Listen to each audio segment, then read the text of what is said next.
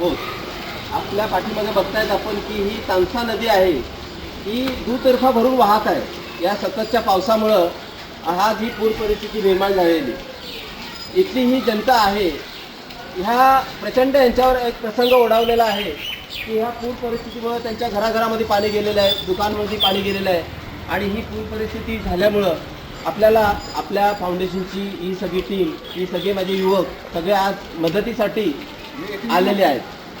सर्व जनतेला एक आव्हान आहे, जनतेला आव्हान आहे की आपण या आपल्या या योजनेमध्ये किंवा ह्या उपक्रमामध्ये आपण सर्वांनी सहभागी व्हायचं आहे। आणि ह्या आपत्तीमध्ये ज्या ज्या लोकांना, ज्या ज्या जनतेला मदतीची गरज लागेल त्यांना आपण सरळ हाताने मदत करायची आहे। कुणाचं घर पाण्यामध्ये असेल त्यांचं सामान काढण्यासाठी, कुणाचं अन्नधान्य गेले असेल तर त्याला आपण मदत करूयात, कुणाचं वाहन पाण्यामध्ये गेले असेल त्याला आपण मदत करूयात। आज ही परिस्थिती निर्माण झालेली आहे। पूर्ण कुंड, आज हे ऐतिहासिक ठिकाण आहे सूर्यकुंड म्हणून, आणि ही पूर्ण गरम पाण्याची कुंड पाण्याखाली गेलेली आहे। ही दरवर्षीची ही परिस्थिती निर्माण होते, परंतु ह्या वर्षी हा सततचा पाऊस जो दोन्ही जिल्ह्यामध्ये जो कोसळतोय, मागच्या आठवड्यापासून ही परिस्थिती निर्माण झालेली आहे।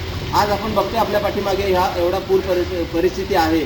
आपण सर्वांनी मिळून आणि एक आव्हान करूया जनतेला की सर्वांनी समोर येऊन एकमेकाला सहाय्य करायचं आहे। आणि ही आपत्ती व्यवस्थापन, दक्ष नागरिक फाउंडेशनची आपत्ती व्यवस्थापन जी टीम आहे, तुम्ही आम्हाला अवश्य फोन करा, आम्ही तुमच्या मदतीला हजर आहोत। धन्यवाद।